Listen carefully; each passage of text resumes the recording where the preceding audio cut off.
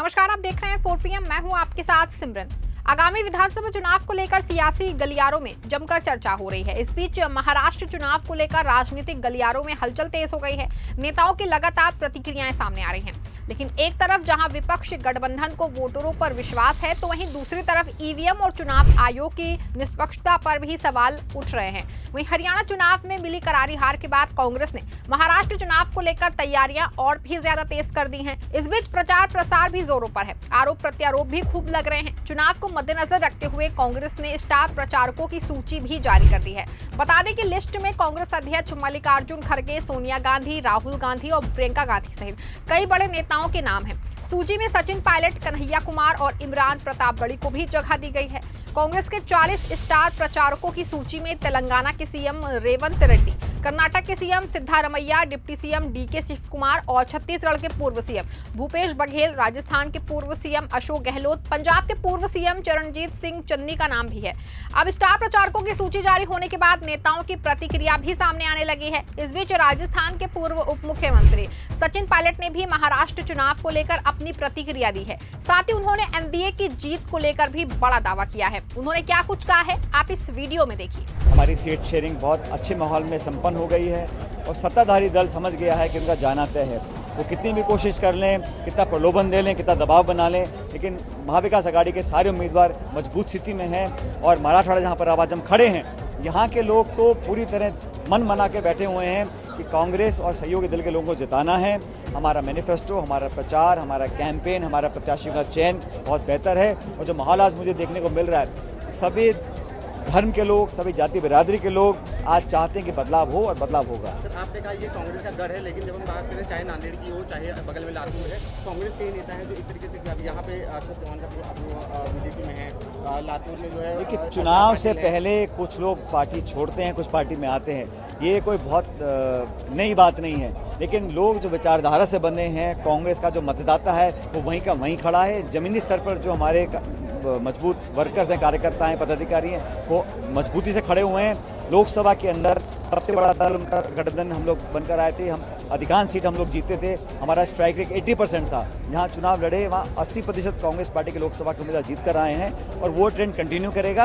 और मुझे पूरा विश्वास है कि जनता का विश्वास हम जीत पाएंगे। कांग्रेस के बहुत बड़े नेता शिवराज पाटिल ने अपना आशीर्वाद बीजेपी कैंडिडेट ने अपनी बहू को दिया है। मैंने कहा ना, बहुत से लोग दल छोड़ते हैं, ज्वाइन करते हैं, लेकिन हम लोग लड़ रहे हैं अपने सिद्धांतों के ऊपर, विचारधारा के ऊपर, मैनिफेस्टो के ऊपर। और कांग्रेस का पुराना इतिहास है, 130 साल पुराना, और जनता जानती है किसी एक या दो व्यक्तियों के आने जाने से चुनाव परिणाम पे कोई फर्क नहीं पड़ने वाला है। गठबंधन कितना मजबूत है? यहाँ हम देख रहे हैं शिवसेना और कांग्रेस दोनों अपने उम्मीदवार उतारे हैं, तो कितना मजबूत है गठबंधन? सब बिल्कुल अच्छे माहौल में तय हो गया। एक आध जगह पर जहाँ पर कुछ हमारे उम्मीदवारों के आपस में समन्वय नहीं बन पाया, अगले 2-3 दिन के अंदर सब सेटल हो जाएगा। बता दें कि कांग्रेस ने जिन नेताओं को इस सूची में शामिल किया है, उसमें से अशोक गहलोत, सचिन पायलट, चरणजीत सिंह चन्नी और भूपेश बघेल को महाराष्ट्र के अलग अलग जोन का वरिष्ठ पर्यवेक्षक भी नियुक्त किया गया है, जो कि लगातार महाराष्ट्र का दौरा करके पार्टी की चुनावी तैयारियों का जायजा ले रहे हैं और कार्यकर्ताओं संग बैठक भी कर रहे हैं। महाराष्ट्र में 20 नवंबर को मतदान कराया जाएगा। ऐसे में चुनाव प्रचार के लिए पार्टियों के पास 18 नवंबर की शाम तक का वक्त है। वहीं चुनावी गहमा गहमी के बीच नेताओं के आरोप प्रत्यारोप का सिलसिला भी जारी है। ऐसे में इसी बीच अभी ताजा मुद्दे की बात की जाए तो उद्धव ठाकरे गुट के नेता जो हैं संजय राउत, उन्होंने कहा कि गोपनीयता की शपथ का उल्लंघन करने के लिए महाराष्ट्र के दोनों उप मुख्यमंत्रियों अजित पवार और देवेंद्र फडणवीस के खिलाफ मामला दर्ज किया जाना चाहिए।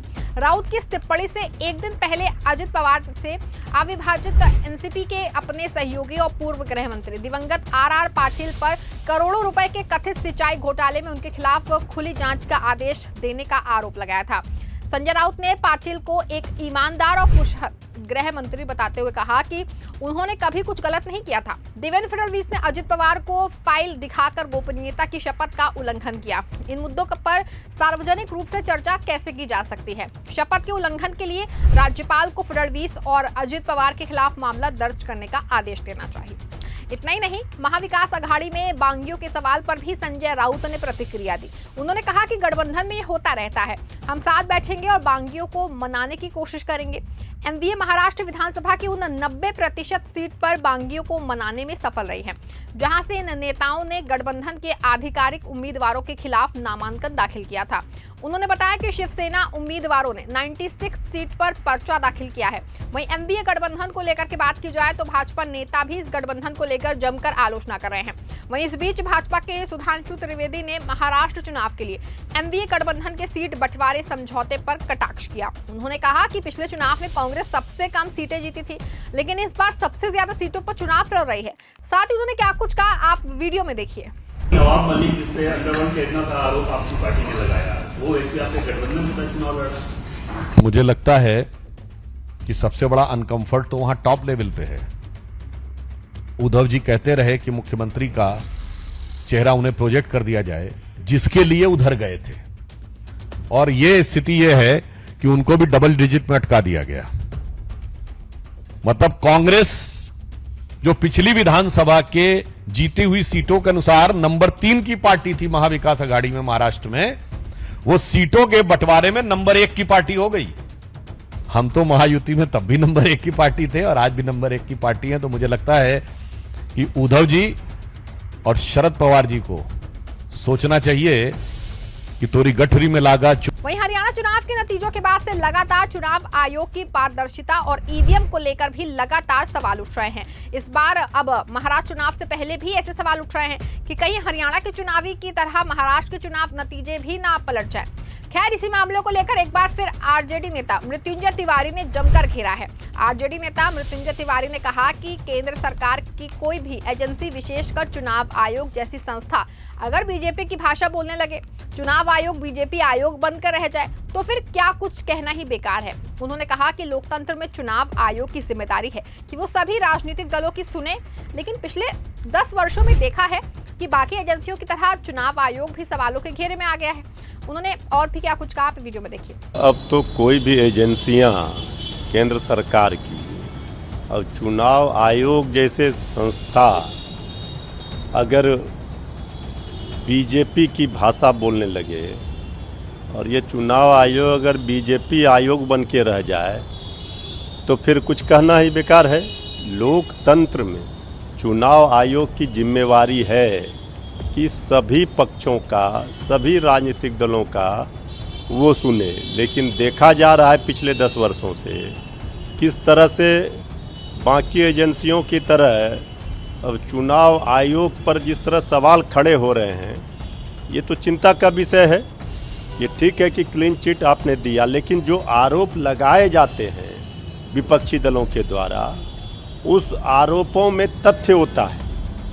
उस आरोपों को गंभीरता से देखना चाहिए और इस पर कार्रवाई होनी चाहिए, लेकिन यहाँ तो अब सब चीज सरकार के इशारे पर ही होना है। गौरतलब है कि महाराष्ट्र चुनाव को लेकर तैयारियां जोरों पर हैं। अब देखना ये होगा कि किस दल को कितनी सीटें मिलती हैं और कौन जनता के दिल में जगह बनाने में कामयाब हो पाएगा। ये तो खैर चुनावी नतीजों के बाद आने के बाद ही पता चल पाएगा। गौरतलब है कि महाराष्ट्र चुनाव को लेकर तैयारियां जोरों पर हैं। अब देखना ये होगा कि किस दल को कितनी सीटें मिलती हैं और कौन जनता के दिल में जगह बनाने में कामयाब हो पाएगा।